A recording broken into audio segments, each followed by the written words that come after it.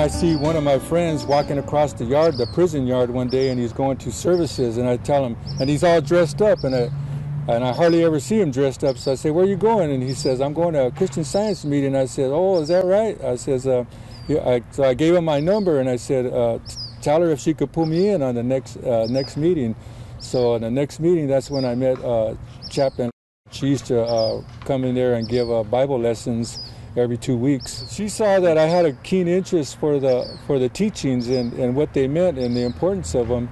And so even when I left the prison, when I got transferred from that prison to another one, we didn't have a Christian Science chaplain at the other prison, so I used to write chaplain, and she really liked my letters. You know, she liked what I said, and she says she offered me to if I would like to become a member of the Christian Science Church, and I said, sure, why not? And so now I'm a member of the Mother Church, and I always felt like the word God was the most misunderstood word in the English language. So when I started reading the chapter of recapitulation in Science and Health, and then the very first question they ask, what is God? And they give these 7 words for what is God, and I'm like, oh yeah, that's the best definition of God that I've ever heard, you know, because there's love and truth and spirit and all these life and all these other terms, and I'm saying, well, that's a pretty good definition of what God might be. All in the 90s and the early 2000s, the California prisons was just a big old warehouse. All you did was go to the yard all day for 8 hours and come back in, and that was it. You didn't have no education or no, some of the vocational trades went away. When we went on them hunger strikes, the law started changing, and the prisoner population started seeing that they had support in prisoners' rights groups out there.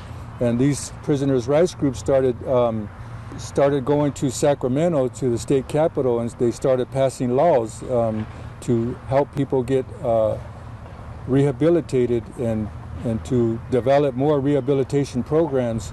And so now everybody's going to these self-help groups, and conversations are taking place that had never taken place the whole time. The whole 30 years I was in prison up to that point, we never went into no groups, and we never talked about why we did what we did or understand why we did what we did.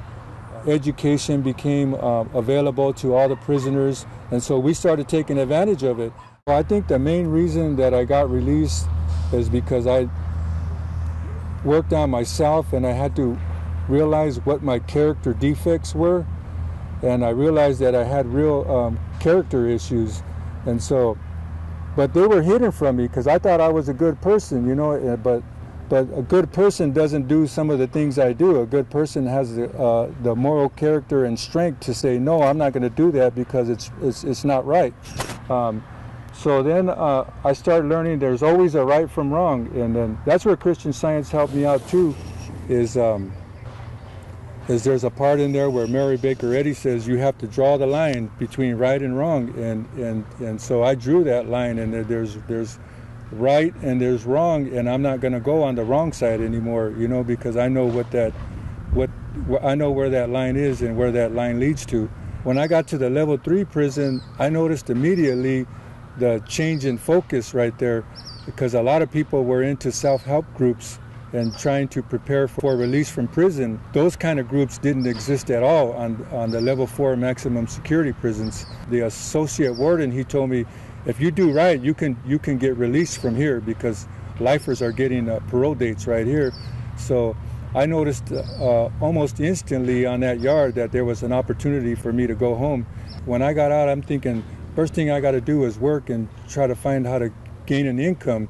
I went to a transition home, and I learned that the transition home was a big help because it allowed me to gradually introduce myself back into society without having the pressure of instantly finding a job, because I got to live there rent-free, and they fed me and helped me get clothing. They helped me get my documents like Social Security, birth certificate.